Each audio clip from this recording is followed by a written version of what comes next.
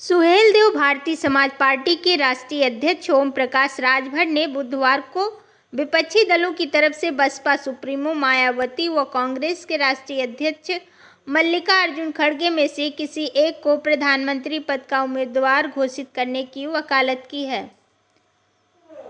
राजभर ने बुधवार को जिले के रसड़ा स्थित गांधी पार्क मैदान में कार्यकर्ता सम्मान समारोह को संबोधित करते हुए वह संवाददाताओं से बातचीत के दौरान दलित प्रधानमंत्री के रूप में बसपा सुप्रीमो मायावती व कांग्रेस के राष्ट्रीय अध्यक्ष मल्लिकार्जुन खड़गे में से किसी एक को प्रधानमंत्री पद का उम्मीदवार घोषित करने की वकालत की है। उन्होंने कहा कि उत्तर प्रदेश में बढ़िया दलित नेता मायावती दिखती हैं। वह राष्ट्रीय क्षितिज पर कांग्रेस के राष्ट्रीय अध्यक्ष मल्लिकार्जुन खड़गे दिखाई देते हैं।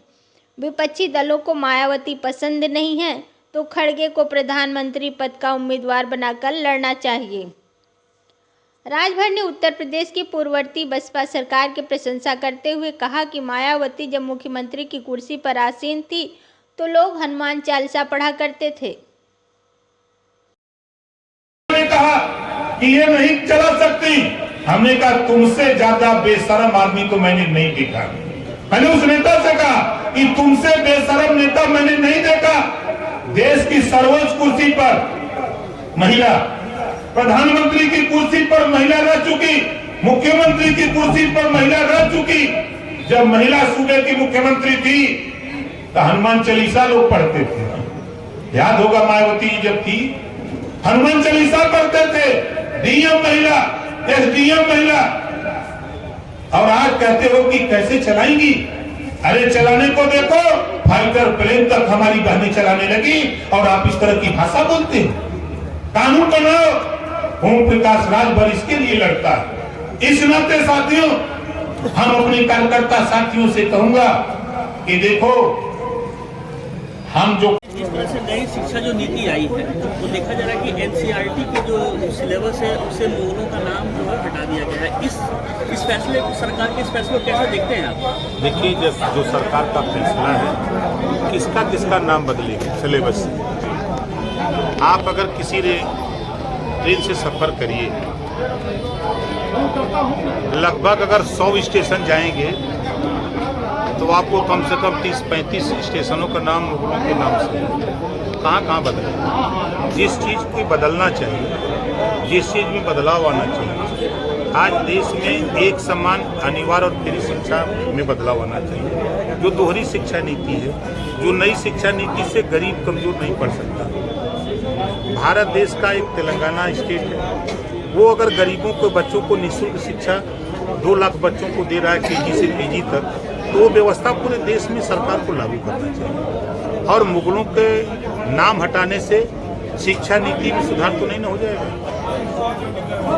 क्या आप सरकार से मांग करें कि ये फैसला सरकार वापस ले? क्या सरकार से तो हमारी मांग है कि एक समान अनिवार्य फ्री शिक्षा के लिए हम उन सब मुद्दों पे नहीं जाना चाहते कि जिन मुद्दों से कोई लाभ और हानि नहीं है। हम लाभ अगर समाज का है, देश का है, प्रदेश का है, तो एक समान और फ्री शिक्षा से, अनिवार्य शिक्षा से, इसकी मांग हम सरकार से करते हैं। आप अब कह रहे हैं कि जिस तरह से दलित प्रधानमंत्री बन गया, सवर्ण बन गया, अब दलितों की बारी है। दलितों में किसको आप चाहते हैं? दलितों में कौन प्रधानमंत्री बने? देखिए, अभी तक तो यूपी में मायावती जी दिखती है। अगर देश में आप देखेंगे राष्ट्रीय क्षितिज पे तो कांग्रेस पार्टी के राष्ट्रीय अध्यक्ष वो भी दलित है। अगर मायावती जी पसंद नहीं है तो उन्हीं को पसंद करें। ये जो विपक्ष के लोग तीसरा मोर्चा बना रहे हैं, सपाई लोग, ये तो भाजपा को जिताने के लिए बना रहे हैं। ये लोग मुसलमानों को गुमराह कर रहे हैं कि हम लोग लड़ेंगे। कैसे लड़ोगे भैया? ममता जी आके यूपी में कई वोट दिलाएंगी सपा को, केसीआर आके कई वोट दिलाएंगे, लालू जी आके कई वोट दिलाएंगे। ये तो सीधे सीधे बीजेपी को जिताने के लिए काम हो रहा है। अब मुसलमानों को गुमराह करने की बात हो रही है। अगर मोर्चा बनाना है तो दूसरा मोर्चा बनाओ। कांग्रेस को ले लो, मायावती जी को ले लो, नीतीश को ले लो, सब लोग ले लो। अगर नीतीश के चेहरे पर लोग नहीं राजी हैं तो मायावती जी को कर लो राजी। भाई चलो तुम ही रहो। अगर ये सहमत हो कि नहीं, कांग्रेस के नेता जो खड़गे जी के क्या नाम है उनका, इसे खड़गे जी, उन्हीं को मान लो, वो भी दलित है। तो एक चेहरा बना करके उन्हीं को अपना खड़ा करके लड़ो। स्वामी प्रसाद मौर्य कल अखिलेश यादव की मौजूदगी में एक नारा लगाए हैं, जय श्री राम, जो पहले उनका नारा था मिले मुलायम और काशीराम हवा में उड़ गए जय श्री राम। उनके साथ उनके कैसे आप इसको देखते हैं इस नारे को? स्वामी प्रसाद मौर्य जी सत्ता से बेदखल होने के बाद मानसिक संतुलन खो गए।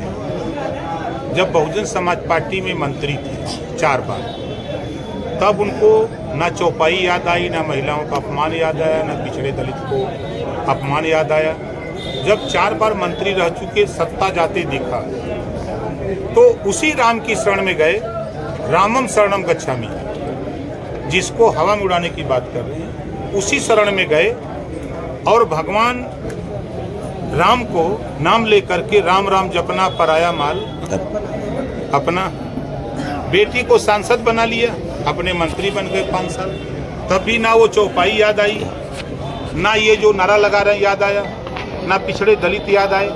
5 साल मलाई लिया, उनको लगा कि फिर सत्ता जा रही है, तो फिर अखिलेशम शरणम गच्छामि, वहाँ चले गए। वहाँ दाव नहीं लगा, आए फाजिल नगर चुनाव लड़ने, वहाँ शीशा उसा तोड़वा के चले गए लौट के। इसके बाद कहाँ जाएंगे वो? अब उनसे पूछिएगा कहाँ जाएंगे। नेताजी, जब भी चुनाव शुरू होता है तो सारी राजनीतिक दल आपको ढूंढने लगती है। क्या वजह है कि सारे राजनीतिक दलों का आपके बिना काम नहीं चल पाता है चुनाव के मौसम में? देखिए, बाबा साहब डॉक्टर अम्बेडकर ने एक पावर दिया है देश में, जिसकी उम्र 18 साल हो गई, उसको पावर दिया कि अगर आपने अपना नाम मतदाता सूची में दर्ज करा लिया तो आप देश प्रदेश की कोई भी चुनाव में चुनाव लड़ने वाले का भाग्य विधाता हो जाते हैं। और ये भाग्य विधाता बड़ी संख्या में ओम प्रकाश राजभर के साथ खड़े हैं। चाहे आप शामली जाएंगे, सहारनपुर, बागपत, एटा, इटावा, कन्नौज, कासगंज जाइए, फिरोजाबाद, फरुखाबाद जाइए, चाहे आप झांसी, बादा, चित्रकूट, हमीरपुर, जालौन, उड़ई जाइए, चाहे आप पूर्वांचल, तो आप देख रहे हैं कहीं जाएंगे तो ये भाग्य लिखने वाले लोग बड़ी संख्या में भारतीय समाज पार्टी के साथ खड़े हो गए हैं, हो रहे हैं। इस नाते अब सबको लग रहा है कि बिना इनके प्रमाण भी आपने देखा, अम्बेडकर नगर, आजमगढ़, बलिया, गाजीपुर, मऊ, बस्ती, संत कबीर नगर, तमाम ऐसे जिले, किसी जिले में 1 सीट, किसी जिले में 2 सीट, किसी जिले में 1 को खाता तक नहीं खुला। हम बीजेपी के साथ थे तो बीजेपी ताकतवर पूर्वांचल में थी, हम सपा के साथ गए तो सपा ताकतवर हो। इस नाते लोग चिल्लाने लगते हैं कि राजभर जी किधर। 2024 के चुनाव में इस बार आप किधर जाएंगे? अभी स्थानीय निकाय चुनाव अकेले अपने दम पर लड़ेंगे। जब 24 का चुनाव आएगा, 2-3 महीना रह जाएगा, तो फिर हम आपको शुरू की होंगे। ओह, देखिए ऐसा है ना। नेताजी, मौजूदा राजनीति में, इस वक्त की राजनीति में मोदी के सामने किसे देखते हैं आप? क्या आपको लगता है कि ये सरकार बदलेगी? अभी तक ना कोई मोर्चा बना है, ना कोई विपक्ष में कोई दिख रहा है। जब तक मोर्चा बन न जाए, कोई लड़ने वाला सामने मोर्चा बना के आ न जाए, तब तक विकल्प कहाँ से कहा जाए? जबान से चाहे जो कुछ भी कोई करे, सच्चाई ये बात है। आप कोई मोर्चा बनाने की तैयारी नहीं कर रहे हैं क्या? अभी हम स्थानीय निकाय चुनाव में मोर्चे में हैं। मन से एक बयान आपका और आया कि हम सबसे बड़ा, प्रदेश का सबसे बड़ा गुंडा आप, ठीक ना? और ये प्रदेश सरकार के खिलाफ है। आपने उसको गंभीरता से नहीं पढ़ा। बयान मैंने क्या कहा कि देश के जितने बड़े गुंडे हैं सब ओम प्रकाश को सलूट मारते हैं। हम सलूट मारते हैं जो देश के तकदीर लिखने वाले लोग हैं। अब बताइए कौन बड़ा गुंडा हुआ? इस नाते हम ये बात कहते हैं। तो ये तय माना गया कि मतलब इस बार का जो चुनाव 2024 का जो लोकसभा चुनाव होने वाला है, इसमें विपक्ष की भूमिका में कोई ना कोई दलित उम्मीदवार ही होगा। प्रधानमंत्री विपक्ष का उम्मीदवार दलित ही, आपकी नज़र में दलित होना चाहिए। नहीं, जिस तरह लोग चर्चा कर रहे हैं, कोई ईडी से डर रहा है, कोई सीबीआई से डर रहा है, तो कोई फर्जी मुकदमे की बात करता है। ये जितने लोग हैं तो तीसरा मोर्चा क्यों बना रहे हैं भाई? दूसरा मोर्चा बनाओ। अरे दूसरा बनाना है, तीसरा बनाने लगे, और तीसरा मोर्चा ऐसा बना रहे हो कि जो आपको 10 वोट भी नहीं दिला सकता। तो आप दूसरा मोर्चा बनाओ, दूसरा मोर्चा में सब लोग तय कर लो। नहीं बात अगर समझ में आती है तो 2 ही चेहरे हैं। यूपी में सबसे बढ़िया लीडर मायावती जी को हम देखते हैं, और देश की राजनीति में अगर मायावती जी नहीं पसंद है तो खड़गे जी को पकड़ लो, वो भी तो दलित है, उन्हीं को मान लो, किसी को मान के लड़ो, लेकिन सब लोग एक होकर लड़ो। और सब लोग अगर अलग अलग लड़ोगे तो कहीं लड़ाई नहीं है, जो तय चिल्ला रहे हैं।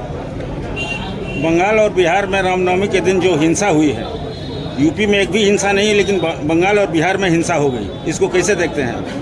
देखिए भैया, हम यूपी का रहे वाला है, यूपी की बात करा, बंगाल में कहा हो तो हमें नहीं तो पता। अभी तो बात करते हैं ममता बनर्जी से लेके नहीं, उनके तक। देखिए इतना तो चर्चा करते हैं कि ममता जी को ला करके अगर यूपी में वोट मांगने की बात हो तो 22 में हमने देखा ममता जी आई थी, कुछ नहीं कर पाई। बनारस की धरती पर आके ममता जी ने भाषण दिया, एक भी सीट नहीं निकली। अगर एक सीट निकल गई होती तब मैं कहता कि नहीं, ममता जी वोट दिला सकती है, वोट देने दिलाने की बात होती। कांग्रेस से राहुल गांधी लगातार जो है अडानी को लेकर के सवाल करते रहे हैं मोदी सरकार से।